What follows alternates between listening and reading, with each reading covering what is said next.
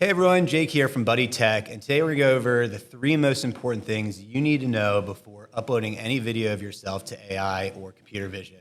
Let's get after it. So the first thing I want to talk about is how AI models see, or more aptly here, how computer vision models see. So much like LLMs are modeled after the human brain, computer vision models are modeled after how humans see with our eyes. You might not realize this, but you're constantly seeing images and light refraction to interpreting that with your eye and then with your brain. AI kind of has to work the same way. To put this more simply, when you upload a video, it's not like AI is watching the video and just making assumptions. What it's actually doing is it's breaking that video into each of its individual frames and then looking at each frame, which is more or less a picture, and trying to make a prediction about what's going on in that frame. So for example, here you can see a video going on of a kid shooting a hockey puck. What an AI is going to do here is it's actually going to look at each frame and try and predict what is going on in that frame. So is there an arm? Is there a leg? Is there a hockey puck? And intuitively, this might seem really easy for a human to do just because we're constantly seeing the world around us and able to interpret it.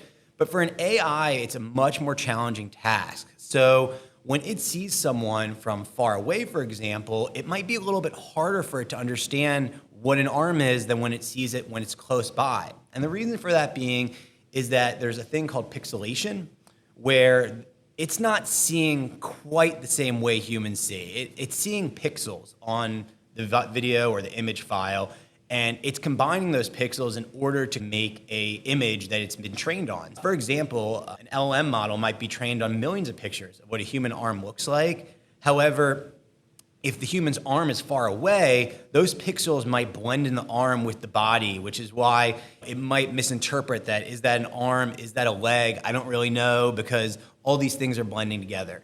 So that's the first thing that you need to know, is that LLMs or computer vision models can only see the world in images. So if you give it poor quality images, it's going to really struggle. The second thing I want to talk to you about here today is distance and speed, and why those are going to be a little bit trickier for computer vision models and as well as LLMs to interpret. So as we just talked about, we now understand that LLM and AI models understand the world through pictures, right? I upload a picture, and even if I was to text you a picture right now and ask you, how far away am I from this person? You're gonna have to make an educated guess. Now, you might use some markers. For example, if the person's on a football field, you'd be able to use kind of the yardage markers to make a guess there. But if they're just standing in the middle of a field, it could be a mile, I could be using Zoom. It's really impossible to tell. And the same thing is true of an LLM trying to make a guess about distance or speed in a video. So often in sports, or even for things like traffic, it's going to be tough for an LLM or an AI model to really make a guess about how far things are apart or how fast things are going when it's just looking at an image and then seeing the next image. It can map that, hey, this pixel was in this place and now it's in this place, and I know the road's this long, and do a math problem. The world's and how we film is uncontrollable. It doesn't really know where we're filming from, our vantage point, zoom, all of those things. So unless that's built into the prompt, or unless there's some standardized setting where it automatically is configured, asking an AI model, like, how fast am I running in this video, or how far away is this building from me, is going to be a really tough thing for it to do, because, again, it's understanding the world through frames. It doesn't have a full context, where the human mind, we can gauge these things, right? We can say that guy's going pretty fast, that guy's going pretty slow. Someone that's walking but actually looks like they're churning their legs and running could, in theory, trick an AI model to think it's going much faster than it actually is, just because it doesn't have any perspective of distance or motion. And this is doubly true of when you start moving the camera. So a lot of things that I see when people upload videos to our applications is they try and film the person as they move their hand and keep them center frame. Now, that's generally awesome if you're trying to do a highlight video, or you're trying to coach traditionally, send that to a human, because they're going to be able to normalize and they want to track. They don't want the person to fall out of frame.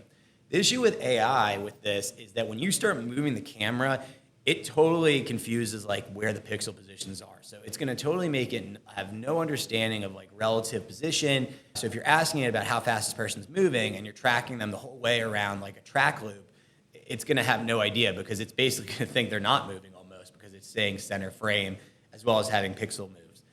All right, and the final thing we're going to talk today about is the brain. So we've talked a lot about computer vision so far, how it interprets frames by looking for images and labeling those images based on its training set.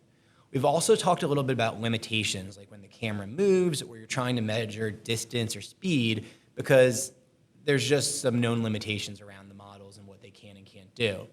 So what we're finally going to do is talk about the brain, because this is where we've really seen a lot of breakthroughs in the last couple of years and why computer vision and AI are such a powerful combo. So LLMs actually allow you to look at those images and apply a knowledge base to it. So something like Gemini or Claude has been trained on millions of images. And it's also been trained on tons of knowledge bases about what those images might mean. So where computer vision can just see the knee is in this position, the components over here, and tell you exactly where it is in the frame, an AI model can actually make sense of that, saying knee bend good, component flawed, right? So the last part of this is when you upload an image or a video, thinking about the inference model behind it. So for example here, you might want to analyze your hockey technique. And I'm going to put a video up here of a kid shooting a hockey puck. Now there's a ton of things you could see in this video. You can see his body position. You can see where his puck is. You can see where his stick is. And some of these things are going to be really easy to track based on what we talked about earlier, if they're clearly in sight and they're clearly been something that a model has been trained on. Other things like the stick bending or the speed of the puck are going to be trickier, right? Because the images might blur together, or it might be hard to get that exact frame extracted. So when you're choosing an AI model and you want something really reliable for a workflow or a product, what's important is that you choose the right models for the right jobs. So for example here, when I'm first looking at this image or video, I could just upload it right to Gemini and say, tell me if my form's good. But what I could also do is use a specialized computer vision model. And these are coming out via RoboFlow and tons of tools now coming to market that actually allow you to train your own model, that instead of searching the entire internet of images and trying to label what's going on in the video, you can actually upload a set of images or clips that are labeled and just check against those. So now the model, instead of figuring out in every image, where's the person's head, where's their helmet, where is their feet, it doesn't have to look up every picture of a foot ever. It just has to look up from your training set it's been fine-tuned on potentially, and it makes it much more faster and reliable. Additionally, when you do inference, you can actually help out the model a lot. Instead of just prompting it saying, is my technique good? Is the puck moving fast? Give it some identifiers. Maybe the person's 20 feet away from the net, or maybe the person wants to bend their knees more. So if you abstracted in the previous model's call that the person's bending a lot because you know where their knee is placed and where their hips are placed, so you can calculate bend, now you can go ahead and pass that information instead of letting Gemini or OpenAI make a guess at it. So think of this as a workflow. Don't just throw videos into the abyss and hope they get labeled right. That's the fastest way to have our dreaded enemy, the hallucination, occur. Think of it much more like, how much data can I extract from this video via computer vision, and then how can I use an LLM and AI to actually interpret that data based on what we've identified or want to get out of that video. That's the final piece of the puzzle. You understand how the eyes work. You understand some of the limitations about how computer vision might fault or what you need to work around when trying to analyze frames of a video. And lastly, you understand how we can use these modern AI models to think and interpret videos and be a really powerful combination. So if you have a dream about how you want to change youth sports, feel free to reach out to me and my team at Buddy Tech. And I hope this helped you upload your videos moving forward, whether it be to LLMs or computer vision models. Thank you, and have a great rest of your week.